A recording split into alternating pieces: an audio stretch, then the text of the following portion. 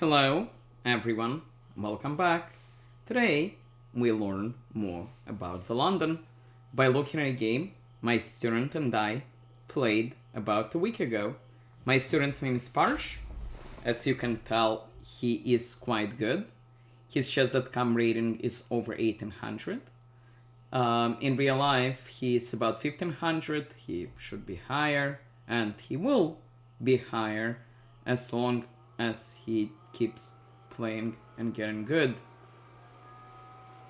And my computer sounds like it's about to fly away, so let's hope it will be okay. This is a game I moved to Lichess.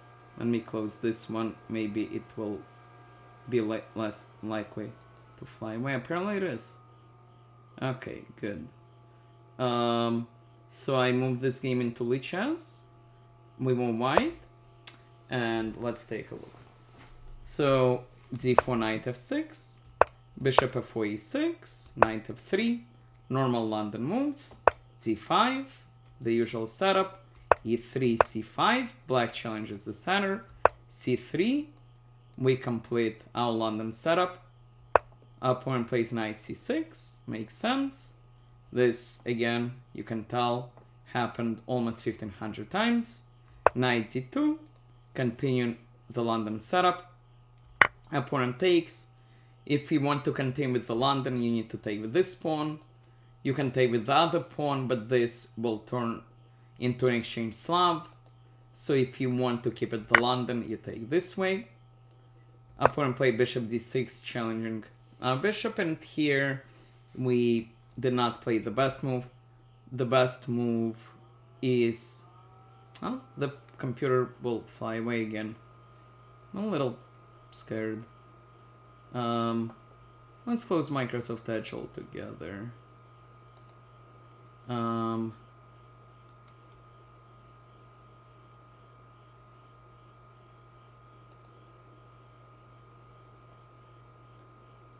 Okay. Still sounds like it will fly away soon. Kind of scared. At any rate, we play knight e5, which computer doesn't like, but this is typically where your knight is supposed to go. Opponent castles. We played bishop d3, which is what bishops are supposed to do. Opponent played something really weird. Computer says bring the queen out, hit this pawn, bring the queen out, put more pressure on the knight, do something reasonable. But opponent plays h5, which is really not something you should do once you castle, because now the king is more open, but also this pawn needs to be protected by the knight. Now, in this position, we made a very instructive mistake. The best way to play is just slowly improve, something like queen e2, improving your queen.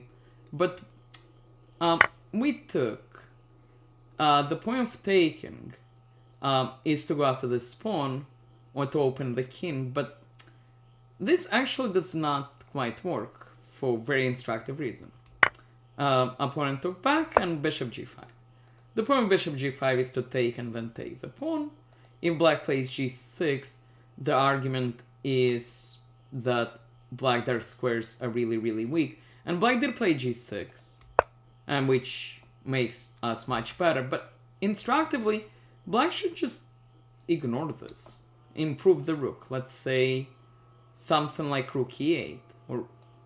And then if we try to take, black takes back with a queen, we win a pawn, congratulations, but all of a sudden, our king is in the middle, and black plays e5.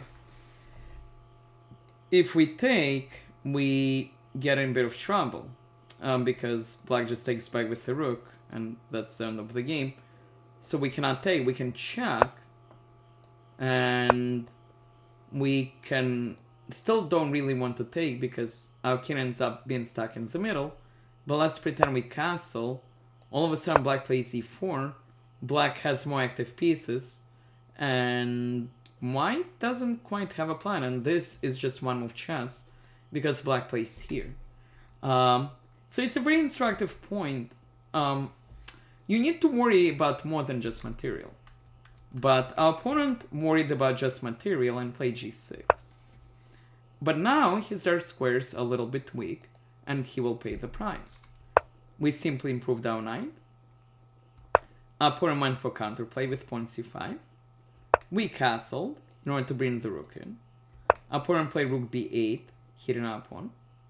Queen c2. Computer does not really mind this. Computer wants knight e5. So obviously if black takes, we take back and we win the knight.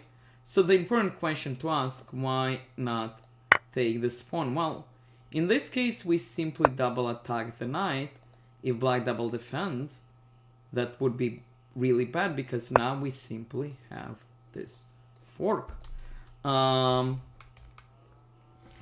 can kick us first, of course. Black can kick us first with pawn c4. And here, again, it's very instructive. We just ignore this and create a bigger threat because ultimately we want to get the dark squares and then bring our queen. Let's pretend black saves the queen. We don't take the rook, by the way. We take the knight, and let's say he takes our knight. Now we simply want the dark squares, queen c1. We want to come in. Black stops us, now we save our bishop. And the problem for black, again, he has these weaknesses on the dark squares. And we also have this threat followed by this because of the spin. So knight e5 would have been the best move. We played queen c2. We have some dreams of sacrifice. Our opponent stopped us with king h7. He can also try king g7. After king g7, my thought was something along the lines of knight here, putting pressure on this pawn. But our opponent played king h7. And now Sparsh came up with a really nice idea, knight e5, because we're triple attacking this pawn. And the big problem for black is if he takes, we take back, and we win the knight. Our opponent played c4, which really doesn't help anyone, because we simply take. If our opponent takes, we would take here, king h8, and now there are many moves which win. The simplest is probably just queen. Actually, yeah, the simplest is probably queen h6. Although an argument can be made that there is something even better. This is pinned. This is more simple. It attacks the queen, and the queen cannot defend the knight, so we can just simply take. That's even more simple. So in the game, black did not accept the sacrifice. He played king g7, but in this position, we make one more sacrifice. We take here. Why? Because we're threatened to bring the queen. And in the game, black just got mated because he took and we played this move. If he goes here, he gets mated with the queen. If he goes here, he gets mated with the knight. One key question, of course, is what happens after this? Well, we don't need to respond immediately. We can check first. The king has to go to the corner. Now we take here, and the knight is pinned, and we will simply end up winning this knight. So it's an instructive game. We start with the London, where our opponent played well, and then he played h5. We made an instructive mistake where we tried to win a pawn. Our opponent should have just let us and got nice development, but instead he weakened his dark squares, after which we simply improved our position. Again, knight e5 would have been even better, but this was good enough. And then knight e5 happens here, and again black's position is falling apart. Very instructive game. I hope you enjoyed it. Please like, please subscribe. I will be back soon. And to Sparsh, great job. Keep getting better.